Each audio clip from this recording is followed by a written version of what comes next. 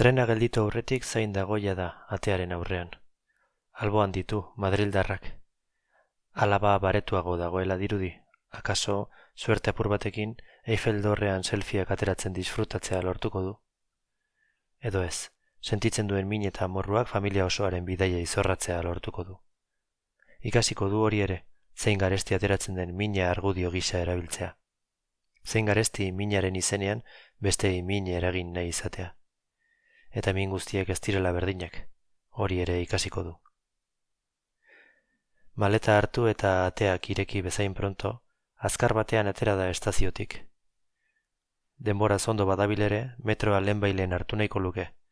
Urteekin konturatu da baretu zaizkiola izuak eta gustuz begiratzen ditu paristarren janzkera eta estiloak. Aurreko bidaiatik gordetzen dituen txartelekin nahikoa du metroa eta ondoren autobusa hartzeko. Beraz, segituan dago barruan. 6 geltoki besterik ez dira Porte Orleanseraino eta ziztuan pasatu zaizkio. Plaza handira heldu denean, ordea, urduri antzera jarri da. Berriz etorri zaio pentsamendu bera. Baliteke hau azkeneko bisita izatea. Ez du gafatu nahi, baina halaxe sentitzen du, eta nahiko luke zerbait berezia izan dadin. Norberaren askatasuna beste batzuen esku dagoenean ez da ameskeria handiegirik egin nahi izaten. Baina aldi berean, ezin du ekidin laguna etxeratzean elkarrekin egingo dituztenak zerrendatzea. Batzuetan, iduridu barruan dagoenak hobe daramala itxialdia kanpoan daudenek baino. Kalean dagoenarentzat hori bera da bizitza, kalea, askatasuna, eta espetxaldia bizitzan izan dezakezun parentesi bat bezala ulertzen da, etete bat. Barruan ordea, bizitzak bere erara egiten du aurrera. Behin hala esan zion lagunak. Espetxean egon arren, nire bizitzak aurrera egiten duela sentitu nahi dinat, ez geldi, ez atzera. Ez dinat gogoratzen pasatu nahi itxialdia, baizik eta ezagutzen, sortzen. Kartzelak ez zidan kenduko bizitzen jarraitzeko aukera. Eta kaso horregatik hasi zuten hala haien harremana. Ez behin taberna baten ertzean pendiente utzi zuten elkarrizketa berhartuz, baizik eta berriro zerotik ekinez. Kartzelarekin zerikusi handirik ez zuten gaiez mintzatzen ziren, pelikulez, liburuez, ametsez, elkarri galderak egiten igarotzen zuten bisita, aurrean zutena nortzen asmatu nahian. Horregatik esan zion behin, batzuetan fribolo xamarra egiten zitzaiola haien arteko harremana. Urrun sentitzen zela gainontzeko presoen bisitariek zituzten bizipen eta elkarrizketetatik. Segituan botazion. Nahiago badun, hitz egingo dinago politikaz, euskal preso politiko bezala bizi dugun egoeraz, badatorrela dirudien armagabetzeaz, mugimendu sozialen egoeraz, ezkerra bertzaleaz edo nahi dunan gauzez, baina gure munduaren gainberaren erdian, nahiago niken irekin beste edozertaz jardun, baita hainbeste gustatzen zain ditxosozko irla horri buruz ere.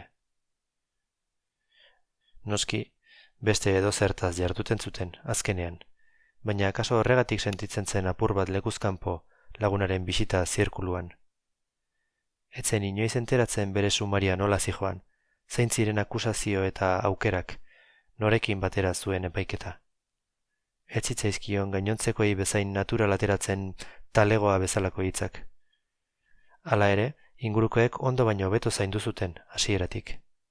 Lan handia hartu zuten, bisiten ordutegiak, eraman beharrekoak, kartzelara iristeko argibideak, bertan pasatu beharreko kontrol bakoitzean egin beharrekoak, eta halakoak azaltzen. Hala ezagutu zuen barrukoa zaintzeak, kanpoan dagoenari sortzen dion lana. Nola baldintzatzen duen egunerokoa, nola eskatzen duen dedikazio logistikoa ez ezik, emozionala ere. Bidaiak oso estresagarriak dira.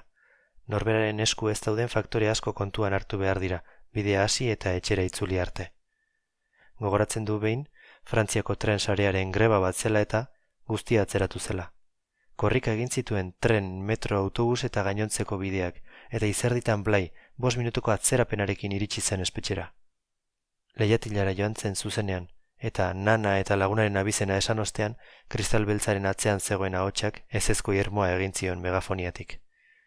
Kristala kolpatu zuen, Silbuple baldar batzuk bota zituen, eta hala moduz saiatu zen azaltzen oso urrutitik zetorrela, silbuple, hartzezala kontuan. Ez zion inork erantzuten. Etxitzera zijoala, bere adin bertsuko neska bat inguratu zitzaion. Bask? Galdetu zion serio. Berak buruaz baietz. Harekin joateko keinua egin zion. Bi anaia gazteago aurkeztu zizkion, bata 20 urte ingurukoa, bestea 11 urtekoa. Frantses ez dutik etzekiela ikusita, Italian bizitzen izana zela kontatu zion, eta agian hobe ulertuko zirela gaztelania italieraz. Eskua sorbaldan jarrita hala esan zion argi eta garbi. Voy entrerai, non ti preocupare. Une horretan, sartuko zela hain segurua oskatu zion neska harengan, esperantza ez ezik, bizia ere jarriko zukeela otu zitzaion. Ez ere kui, esan zion, eta anaiaren alboan eseri zen. Zaharrenak, hip-hop estiloko mutilak, eskua luzatu zion. Abdel, esan zion, eta atzetik zigarro bat eskaini. Hartu egin zuen. Mutiko gazteena begira zuen, eta galdera egin zion lotxegabe. Garzon u fill? Anaia zaharrenak kokoteko bat eman zion, hori etzela galdetzen esanez, eta barkatzeko eskatuz. Lasai egoteko keinua egin zion anaiari, ez zuen galderak deseroso sentiarazi, eta mutikori begira, fill, erantzun zion. Mutikoak sorbaldak altxatu eta bere jolasetan jarraitu zuen. Arrebak Karima izena zuela esan zion, eta lasai egoteko, beti lortzen zuela nahi zuena. Orduan ere, horretan ari zen, kristalaren atzeko funtzionarioekin borrokan. Irmo botazizkion ulertu ez zituen hainbat gauza eta minutu gutxira, itzuli zenean, ordu erdian barruan egongo zela esan zion, ez arduratzeko.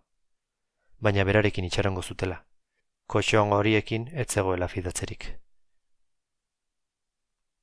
Kartzelako kodeak alakoak direnez, ez zioten elkarri galdera gehiegirik egin. Ez nor bisitatzera zetozen, ez zergatik. Soilik zigarroak errezituzten, bata bestearen atzetik, funtzionarioen edozein mugimenduren zain. Hirukote horren elkartasun eta babesak erabat hipnotizatuta zeukaten, eta eskerrak emantzizkien behin eta berriz. Hala esan zien. Hizkuntza ez zuela hitz egiten, oso zaila egiten zitzaiola frantsesa eta haiengatik izan ezpalitz, etxera bueltan egongo zela da. Karimak lasai egoteko esan zion, ulertzen zuela, berak ere bazekiela zertzen hizkuntza ongi ez hitz egitea. Berak, Parisen jaioa izan arren, askotan hitz egiten omen zuen berez zuena baino azentu arabiar handiagoarekin, izorratzearren. Gustatu egin zitzaion, Karima. Halako batean, ume kozkorra bere jolasekin negatu eta zerabilten hitz aspertura hurbildu zitzaien.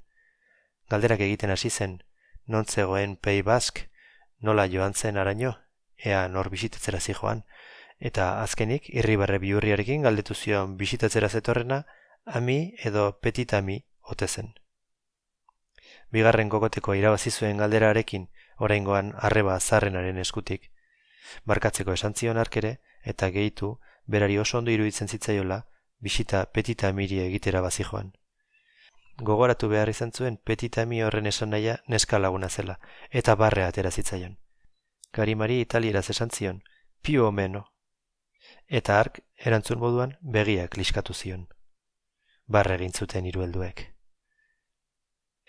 Enegarren zigarroa piztu zuten, harik eta behingoz, itxarongelako atea ireki eta funtzionariak lagun presoaren izena esan eta pasatzeko agindu zion arte. Besarkatu egin zuen Karima, eta eskua eman zien bi mutilei. Atea zeharkatzeaz bat, oihu irmoa entzun zuen, atzetik. Orboa, Bask! Gerora jakin zuen, nortziren egun hartan lagundu zuten haiek, eta batez ere, nortzen haien ama. Kartzelan din izenez ezagutzen zuten. Dudari gabe, alabak ere, duintasun hori erentzian jasoa zuen. Laguna kontatu zion kartzela barruan errespetu handia ziotela Andreari, eta euskaldunekin harreman berezia zuela.